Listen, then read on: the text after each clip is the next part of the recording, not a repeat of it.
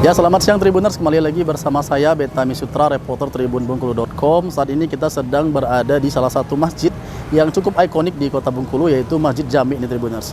Di mana Masjid Jami ini sendiri merupakan masjid yang direnovasi langsung oleh presiden pertama kita, yaitu Insinyur Soekarno, pada saat masa pengasingannya di tahun 1938 sampai 1942. Bagaimana bentuk dan keunikannya, mari kita saksikan ke dalam.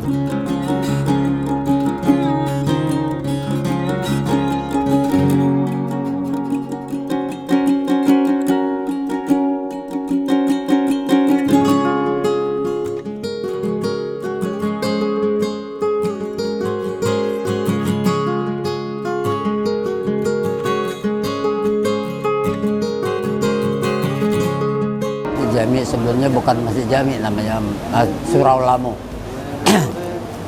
Surau Lamo itu sudah berdiri pada abad ke-18, lebih kurang tahun 28 pada waktu itu. Bentuknya juga kecil, tinggi dari ini, dan juga itu maklumlah semi permanen dibangun pada zaman nenek moyang kita dulu. Tempat umat Islam seputaran lingkungan ini untuk melakukan ibadah berjemaah. Dari tahun berganti, pada tahun masih pada waktu penjajahan, itu kita salah satu putra daerah yang terbaik di Indonesia, yaitu Bung Karno. Kebetulan diasingkan ke Bengkulu pada tahun 38. Pada waktu itu Bung Karno sendiri banyak mempunyai kreasi kreatif dan juga orangnya memang sangat jenius dalam memikirkan ke depan, baik pribadi maupun negara dan bangsa ini.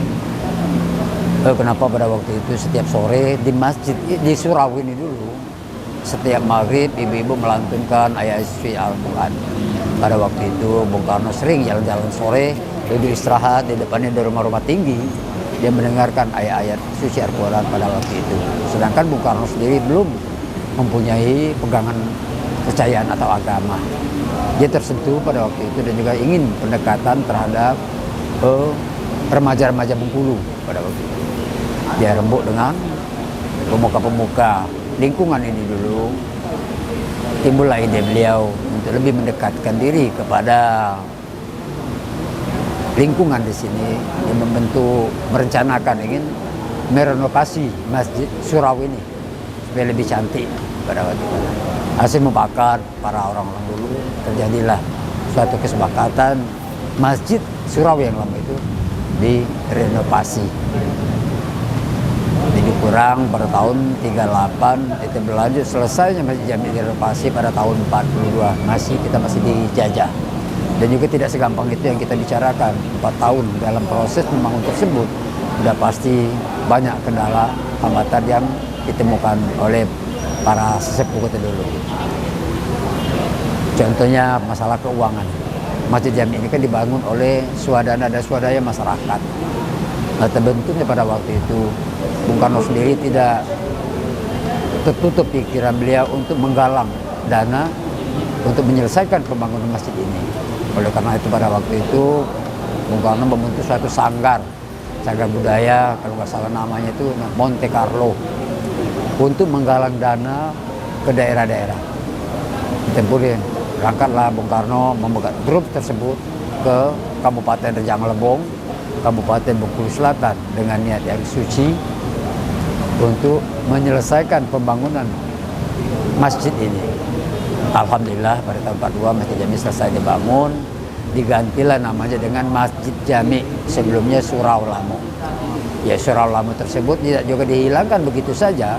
Sebagian alat-alat bahan bangunan yang diambil itu dipindahkan di Kelurahan Baja. Dia tidak menghilangkan begitu saja nama Surau Lamo tersebut. Surau itu adalah tempat orang sholat, itu termasuk juga kalau sekarang ini langgar kan sebangsa musola lah. Bergantilah masjid kan berarti tempat jamaah yang banyak. Pada waktu 42 sampai saat ini Masjid Jami ini alhamdulillah sudah dilindungi oleh negara pada tahun 2010, termasuk di dalam cagar budaya nasional untuk dijaga dan dilestarikan. Sebelumnya Masjid Jami ini belum termasuk masjid cagar budaya. Oleh karena itu banyak juga fisik-fisik di luar masjid ini yang sudah hilang, sudah diratakan. Dan juga bangunan-bangunan yang di kiri kanan termasuk bangunan baru. Sedangkan fisik yang asli yang direnovasi oleh Bung Karno adalah badan masjid ini sampai ke dalam. Ini salah satu mimbar masjid menjadi kebanggaan kami di lingkungan masjid dan juga kebanggaan bagi Provinsi Bengkulu yang diakui oleh negara Timur Tengah tersebut. Mimbar yang benar, yang mempunyai jenjang-jenjang anak tangga yang dimana Nabi berdoa diaminkan oleh para malaikat sesuai dengan anak-anak tangga yang dibentuk oleh mimbar. Oleh karena itu banyak pejabat-pejabat dari pusat mampir ke Jami apabila data ada kunjungan kerja ke Bengkulu tetap sungkem ke Masjid Jami. Beliau mengatakan Masjid Jami itu nyaman, adem, sejuk sholat di sini. Itulah menjadi kebanggaan kami sini. Mungkin kalau untuk sejarah batas itu yang dapat kita ketahui masalah Masjid Jami ini. Dan juga terus terang aja fisik ini masih utuh yang direnovasi oleh Bung Karno, kecuali yang di luar badan masjid.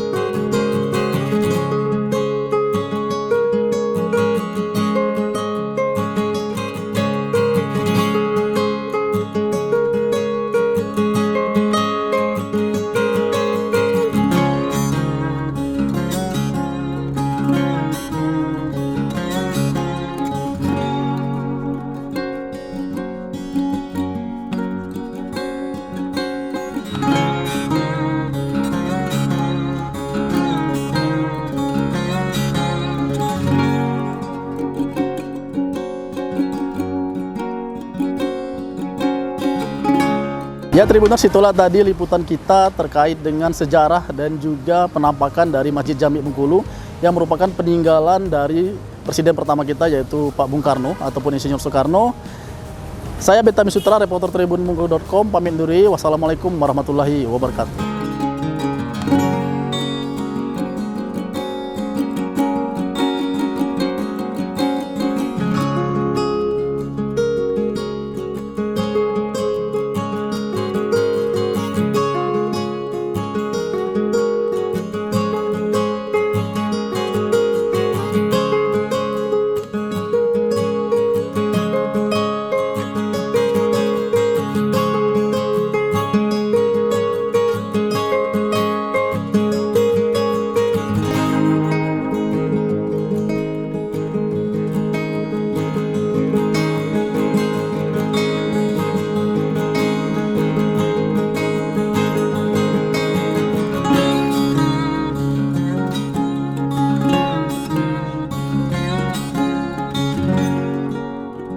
Terima kasih sudah nonton.